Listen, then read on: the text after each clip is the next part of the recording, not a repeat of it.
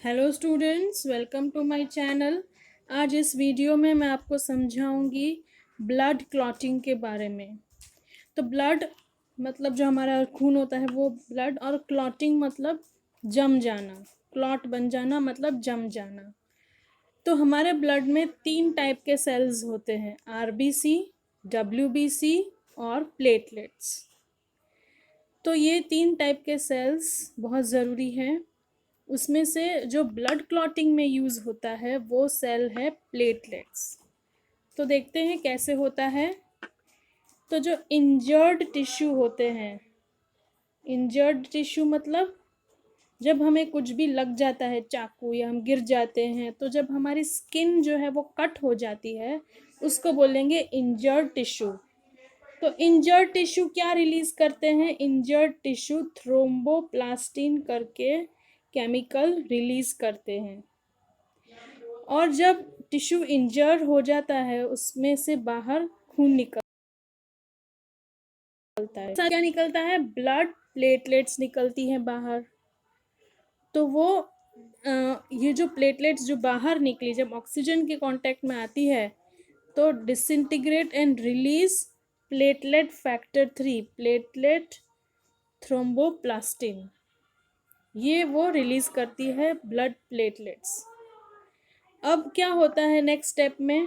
Calcium और proteins, और यहाँ पे भी कैल्शियम और प्रोटीन्स, ये दोनों जब कंबाइन होते हैं तो बनाते हैं प्रोथ्रोम्बिनेज। एक एंजाइम बनाते हैं प्रोथ्रोम्बिनेज। अब ये जो एंजाइम है वो क्या करता है? प्रोथ्रोम्बिनेज एंजाइम जो है वो प्रोथ्रोम्बिन को, हमारे जो ब्लड प्लाज्मा होता है उसमें प्रोथ्रोम्बिन करके एक प्रोटीन होता है, उसको कन्वर्ट करती है थ्रोम्बिन में। और ये प्रोथ्रोम्बिनेज क्या करता है? दूसरा काम, हिपैरिन और कैटालिस्ट को इनएक्टिवेट करता है। हिपैरिन का क्या काम है? हिपैरिन जो है हमारी बॉडी में ब्लड क्लॉट होने नहीं देता है। हमारी बॉडी में जब ब्लड फ्लो करता है तो वो क्लॉट नहीं होता है, क्योंकि उसमें हिपैरिन होता है और कुछ कैटालिस्ट एंजाइम्स भी होते हैं। पर जब कहीं पे हमको लग जाती है, टिश्यूज जब टूट जाते हैं, जब ब्लड फ्लो होने लगता है बॉडी से बाहर, तब वो ब्लड फ्लो को रोकना ज़रूरी है। तो उस समय हिपैरिन को इनएक्टिव करना ज़रूरी है। तो प्रोथ्रोम्बिनेज जो है वो हिपैरिन और कुछ एंजाइम्स को इनएक्टिवेट कर देती है। और प्रोथ्रोम्बिनेज के प्रेजेंस में प्रोथ्रोम्बिन जो है वो थ्रोम्बिन में कन्वर्ट हो जाती है। प्रोथ्रोम्बिन इनएक्टिव प्रोटीन है और थ्रोम्बिन है वो एक्टिव प्रोटीन है। ये प्रोथ्रोम्बिन क्या करती है? तो प्रोथ्रोम्बिन जो एक्टिव प्रोटीन है वो कैटालिसिस है, और इसकी प्रेजेंस में फाइब्रिनोजन जो है वो फाइब्रिन में कन्वर्ट हो जाते हैं। फाइब्रिनोजन प्रोटीन होता है वो कन्वर्ट हो जाता है फाइब्रिन में। तो वायर लाइक मैश जो होती है, जाली जो होती है, वैसा स्ट्रक्चर ये फाइब्रिन बनाने लगती है। और जहाँ पे भी कट होता है उसके ऊपर ये फाइब्रिन की एक लेयर आ जाती है, नेट जैसी लेयर आ जाती है, जो ब्लड, जो कॉर्पोसल्स होते हैं आरबीसी डब्ल्यूबीसी, उसको बॉडी से बाहर नहीं जाने देती है।